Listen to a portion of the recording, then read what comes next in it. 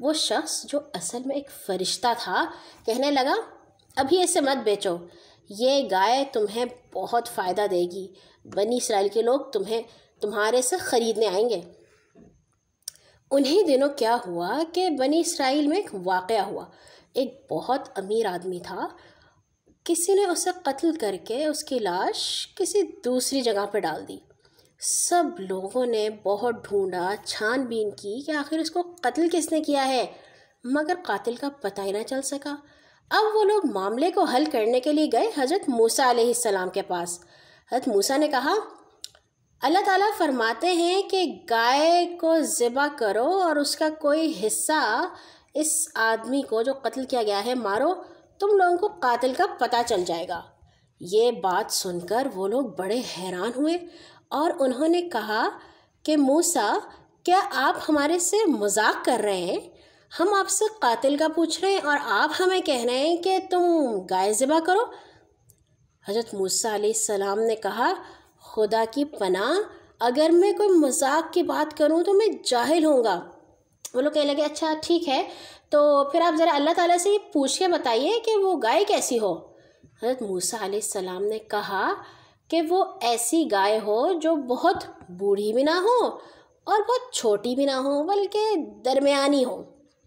وہ کہنے لگے اچھا چلیے آپ ایسا بتائیے کہ اس کا رنگ کیسا ہو۔ حضرت موسیٰ نے کہا کہ وہ ایک پیلی گائے ہو، اس کا رنگ ایسا چمچماتا ہوا ہو کہ دیکھنے والوں کو اس کو دیکھ کر خوشی ہو۔ وہ لوگ کہنے لگے اچھا ہمیں ابھی بھی نہیں سمجھ میں آ رہا، آپ اللہ تعالیٰ سے پوچھیے نا کہ وہ کیسی گائے ہو، ہمیں بہت مشکل پیش آ رہی ہے، ہم شک میں پڑ گئے ہیں کہ ہم کون سی گائے لیں، اور جیسے آپ ہمیں بتائیں گے ہم فوراً اسے ذبح کر دیں گے۔ اب حضرت موسیٰ نے فرمایا کہ وہ ایسی گائے ہو جس نے کبھی کسی کی خدمت نہ کی ہو، اس نے کبھی ہل نہ چلایا ہو، نہ کسی کھیتی کو پانی دیا ہو، اس کے اوپر کوئی داغ نہ ہو، اس میں کوئی عیب نہ ہو، بہت ہی خوبصورت اچھی سی گائے ہو۔ اب وہ کہنے لگے ہاں اب ہمیں سمجھ میں آئی ہے، آپ نے پہلے ہمیں صحیح طرح نہیں بتایا تھا، ٹھیک ہے ہم اسے ذبح کر دیتے ہیں۔ اور جب انہوں نے وہ گائے تلاش کرنی شروع کی تو ایسی گائے بھلا کہاں ملنی تھی۔ ڈھونڈتے ڈھونڈتے وہ اسی بچے کے پاس آئے جس کے پاس وہ والی گائے تھی جسے فرشتہ خریدنے کے لیے آیا تھا۔ اب ان لوگوں نے کہا کہ تم یہ گائے ہمیں بیچ دو۔ اس نے کہا نہیں میں تو نہیں بیچوں گا۔ انہوں نے کہا ہم تمہیں بہت زیادہ سونا دیں گے، ہم تمہیں بہت زیادہ امیر کر دیں گے۔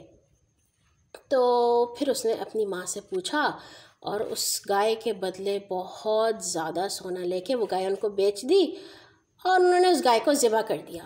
اور جب ذبح کر دیا تو انہیں قاتل کا بھی پتہ چل گیا کہ اس آدمی کو کس نے قتل کیا تھا۔ اب قاتل کا کس طرح پتہ لگا؟ یہ اللہ تعالیٰ نے ہمیں قرآن میں نہیں بتایا کہ گائے نے بتایا کہ اس آدمی نے بتایا کہ کس طرح پتہ چلا۔ بس اللہ تعالیٰ نے کہا ہے کہ انہوں نے جب گائے کو ذبح کیا تو انہیں پتہ چل گیا کہ قاتل کون ہے، اور پھر قاتل کو سزا ملی۔ جو کسی کو مارتا ہے نا اس کو سزا دی جاتی ہے۔ ننھے ساتھیوں، اللہ تعالیٰ نے یہ واقعہ اس لیے بیان کیا ہے قرآن میں، یہ بتانے کے لیے کہ ایک تو ہمیشہ فائدے میں وہ لوگ رہتے ہیں جو اللہ تعالیٰ کی بات مانتے ہیں، اور اس کے بعد اللہ تعالیٰ کے نبی کی بات مانتے ہیں، اور اس کے بعد بڑوں کے ساتھ عزت اور محبت سے پیش آتے ہیں۔ اس بچے کو کتنے زیادہ پیسے مل گئے، وہ کتنا امیر ہو گیا، اس لیے کہ وہ اپنی امی کا احترام کرتا تھا اور ان کی بات مانتا تھا۔ مگر وہ لوگ جنہوں نے گائے ذبح کی، اللہ تعالیٰ کہتے ہیں کہ ان کے دل بالکل سخت ہو گئے۔ ایک سخت دل بھلا کیسا دل ہوتا ہے؟ ایسا نہیں جیسے آپ کا ہے، آپ تو بہت اچھے دل والے ہیں۔ سخت دل ایسا دل ہوتا ہے جس کو اللہ تعالیٰ کی ناراضگی سے ڈر ہی نہ لگتا ہو، اس کو پتہ ہو کہ اللہ تعالیٰ نے ہمیں اس کام سے منع کیا ہے، اللہ تعالیٰ کو لڑائی پسند نہیں ہے، اللہ تعالیٰ کو جھوٹ بولنا پسند نہیں ہے، اللہ تعالیٰ کو چوری پسند نہیں ہے، اللہ تعالیٰ کو بدتمیزی پسند نہیں ہے، مگر پھر بھی وہ کہتے ہیں کوئی بات نہیں، میں تھوڑا سا جھوٹ بول لیتا ہوں، تھوڑی سی لڑائی کر لیتا ہوں، اب اس نے بھی تو میرے ساتھ لڑائی کی ہے، میں کیوں نہ اس کے ساتھ لڑائی کروں۔ تو اللہ تعالیٰ نے ہمیں کہا ہے کہ ان لوگوں جیسا دل نہ بناؤ جو بالکل کسی وجہ سے نرم ہی نہیں ہوتے، اتنے سخت دل ہوتے ہیں۔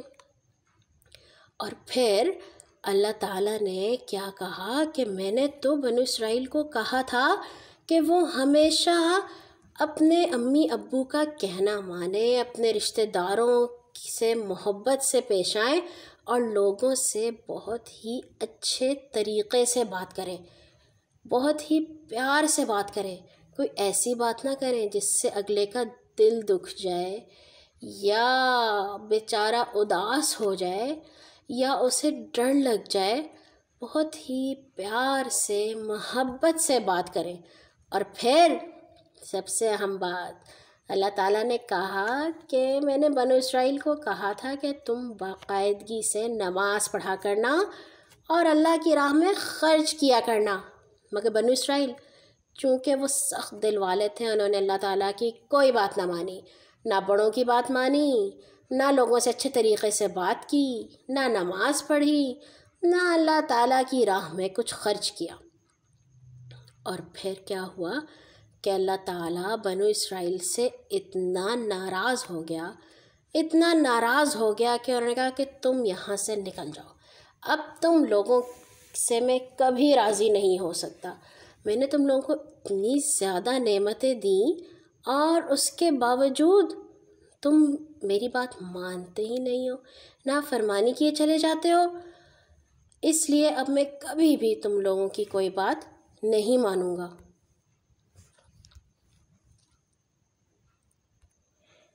تو یہ تھی آج کی کہانی، دنیا کی سب سے قیمتی گائے۔ اتنی قیمتی کوئی بھی گائے نہیں ہوگی جس کو سونا دے کر خریدا گیا ہو۔ کل آئیں گے ایک اور نئی کہانی کے ساتھ انشاءاللہ، قرآن کی کہانی کے ساتھ۔ اور یہ آپ کو یاد ہے نا کہ ابھی ہم وہ والی کہانیاں سن رہے ہیں جو ہمیں اللہ تعالیٰ نے سورۃ بقرہ میں پہلے سپارے میں سنائی ہیں۔ کل دیکھ کے آئیے گا کہ گائے کی کہانی کے بعد اگلی کون سی کہانی ہے، اور آپ مجھے میسج کر کے بھی بتا سکتے ہیں، ٹھیک ہے؟ چلیے، سونے سے پہلے اپنے لیے اور تمام مسلمانوں کے لیے دعا کرنا مت بھولیے گا۔ اللہ حافظ۔ سنو سنو سنو سنو قرآن کی کہانیاں، رحمان کی نشانیاں، رحمان کی نشانیاں۔